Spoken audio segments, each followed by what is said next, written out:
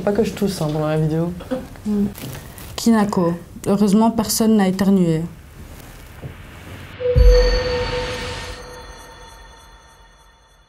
Bonjour, moi c'est Natacha, j'ai 20 ans et je suis coréenne italienne belge.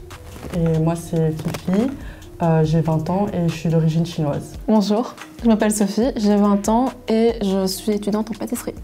Moi, c'est Mathéo, j'ai 22 ans et je suis étudiant en vidéaste. Alors salut, moi c'est Dats, je suis vietnamien, je dessine de temps en temps et voilà, je suis là pour de retour. Bonjour, moi c'est Bawan, 26 ans, je suis coach fitness et je fais également des vidéos sur YouTube. Monday Night dit, dans certains pays d'Afrique aussi, on mange beaucoup le riz, tous les midis chez moi. Et j'ai appris récemment que, tu vois, parce que tu sais bien, chez les Vietnamiens, on mange beaucoup de magie, sauce magie, mais eux aussi. Et j'ai appris que chez les Africains, apparemment aussi, enfin c'est ce qu'on m'a dit avec les commentaires. Et voilà, on est ensemble, la famille. Le riz c'est bon. Le riz c'est bon, la sauce magie c'est bon. Tous les Vietnamiens sont des Nguyen. Des nuines. Des Nguyen? Ah, ok. On prononce nuine. Ah ok, j'étais pas au courant. Tous ceux que je connais le sont. Toi t'es Nguyen?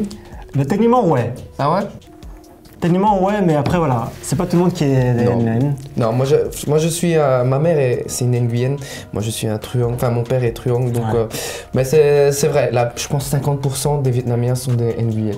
Ouais, un truc comme ça dans le style. Il faut aussi avoir... Après il y a une histoire derrière, tu vois. C'est toute une histoire derrière. Mais moi je la connais pas très bien. Tu la connais pas très bien? C'est toute une dynastie, c'est ça? C'est ça, il y a plusieurs dynasties différentes.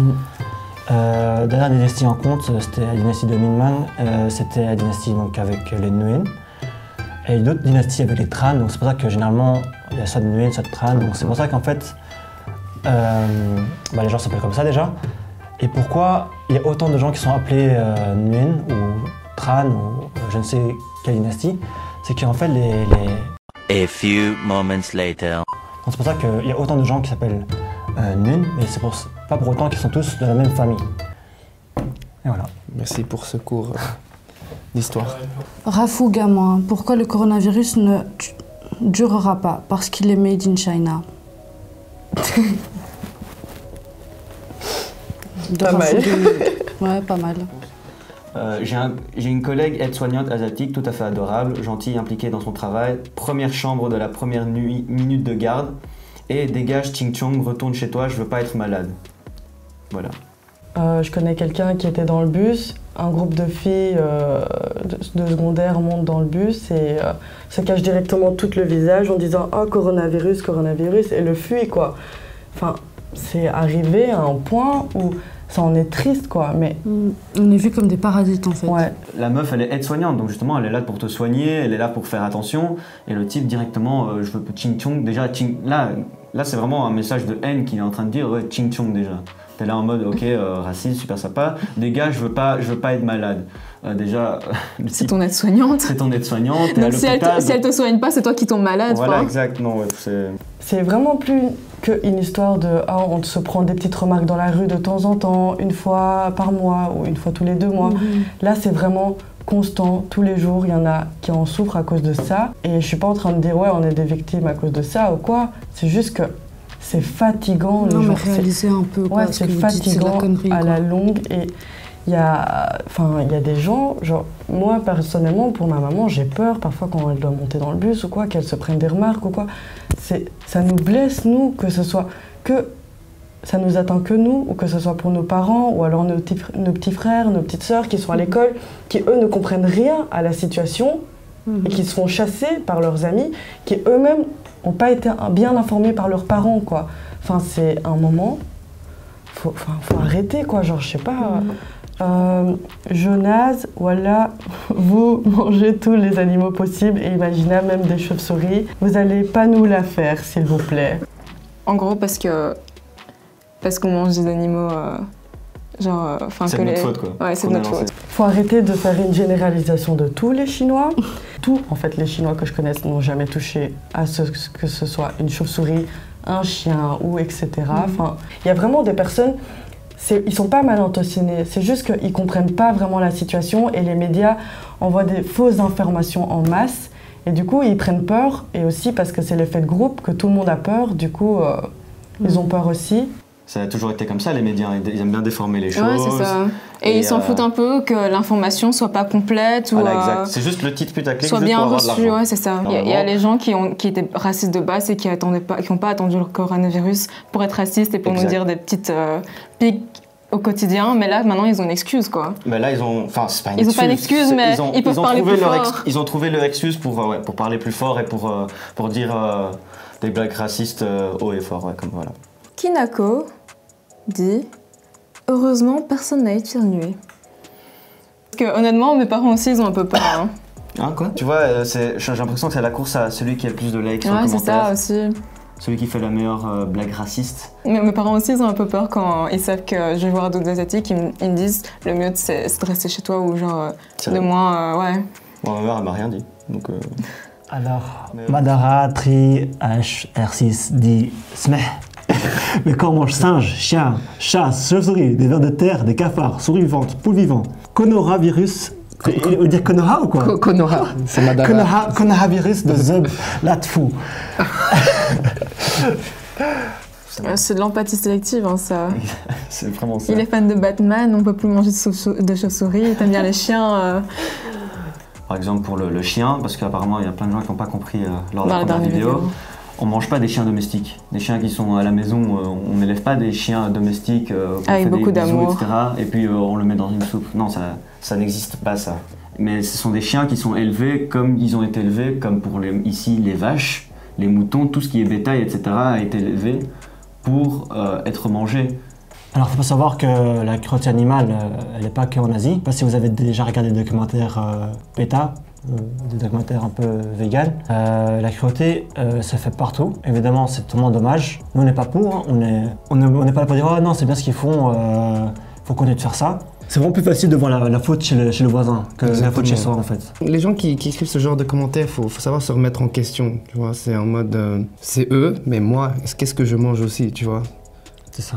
Mais il faut arrêter d'être hypocrite sur la manière dont on traite les animaux. Enfin, je sais pas, je me dis juste que si tu veux venir me critiquer, critique-moi si genre t'es vegan ou végétarien, limite, tu vois. Mais si tu consommes de la viande et tout, c'est juste de l'hypocrisie. Enfin, les gars, je sais pas, je comprends pas. Mais c'est toujours la même chose, c'est lourd, enfin... Quand j'ai vu le virus arriver, je me suis dit, c'est bon, on va s'en prendre plein la gueule, c'est bon, ça va commencer, et bah voilà. Par exemple, j'avais une amie qui attendait sa famille qui revenait du Vietnam. Elle était assise à côté d'un homme. Cet homme a pris un peu de distance.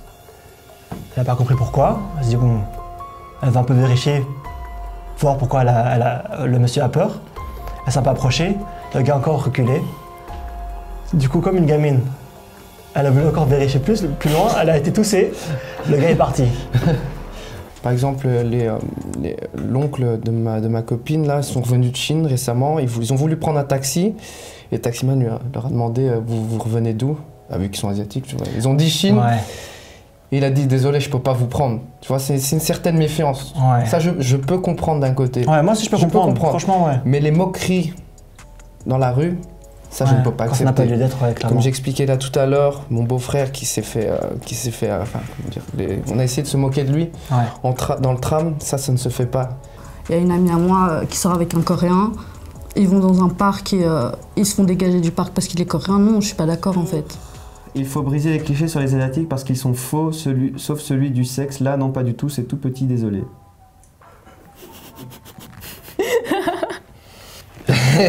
Alors, est-ce qu'on sort une latte, vraiment? Ouais, doucement. Mais après, c'est vrai que j'ai lu des articles, tu vois, avec des chiffres et tout ça. Ouais, mais statistiques, je l'ai dit, hein. Je crois que c'est la Corée qui sont assez bas, si je me trompe pas. C'est peut-être vrai, j'ai envie de dire, c'est peut-être vrai. C'est une moyenne après. Hein. Après, c'est une moyenne, exactement. C'est une moyenne, il y a toujours des hauts, des bas.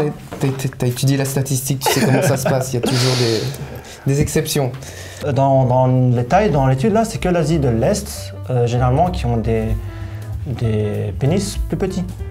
Après, les Européens, la moyenne, c'est, je pense, pour l'Allemagne, c'est 14, un truc comme ça, 14 cm. Alors, est-ce que ça c'est petit? Ça doit être relatif, je pense. À vous de juger, chacun a une échelle de mesure différente. Je pense le plus grand c'était 18 cm. Et c'était quelque part toi, tu dans as le bien sud, étudié je le crois. truc, toi. Mais j'ai lu l'article, il veut dire Google c'est fait pour ça, on est là pour apprendre, on est là pas pour rester dans l'ignorance. La femme asiatique est plus vue comme, on va dire, un fantasme. Non, ça c'est pas vrai. Parce que je me suis déjà pris des commentaires genre « Ah, j'aimerais bien essayer pour une fois, pour voir comment c'est, tu vois ?» Alors que je suis en mode « Enfin quoi, essayer quoi en fait je suis un objet, enfin tu vois ?» Alors que les hommes asiatiques, avec ce qu'on représente dans les télés, etc., c'est toujours le petit chinois qui, avec des lunettes, super intelligent ou avec aussi le petit sexe quoi. Et je pense que du côté des hommes asiatiques, ça doit vraiment être difficile parce qu'ils se prennent vraiment beaucoup de remarques par rapport à ça et ils sont pas vus comme des personnes attirantes en fait. Le plus important c'est d'être heureux et de satisfaire ton partenaire. Exactement. Et oui, après aussi, voilà, il n'y a pas que la taille du zizi qui compte, c'est pas une excuse de petit zizi. C'est ce qui est important de savoir, c'est qu'il n'y a pas que la pénétration. Oh, doucement. Je sais pas si vous allez regarder ça, mais voilà, il n'y a pas que la pénétration dans le sexe. On peut utiliser autre chose que son pénis. Doucement. Est-ce qu'on doit vraiment faire un cours d'éducation sexuelle sur ça? Nous, la communauté asiatique, on est vraiment en ce moment très très soudés entre nous et on essaie vraiment de s'aider. Et je pense que si on a des personnes positives de l'extérieur qui viennent vers nous aussi, je pense que ça peut vraiment nous faire du bien. Parce qu'on parle que du mal, mais j'ai aussi eu des personnes qui sont venues, qui m'ont abordé, qui m'ont dit « Ah, je pense que ça doit être difficile pour vous en ce moment. Moi, en tout cas, je vous soutiens vraiment. Je pense que ça doit être difficile. » Donc, enfin voilà.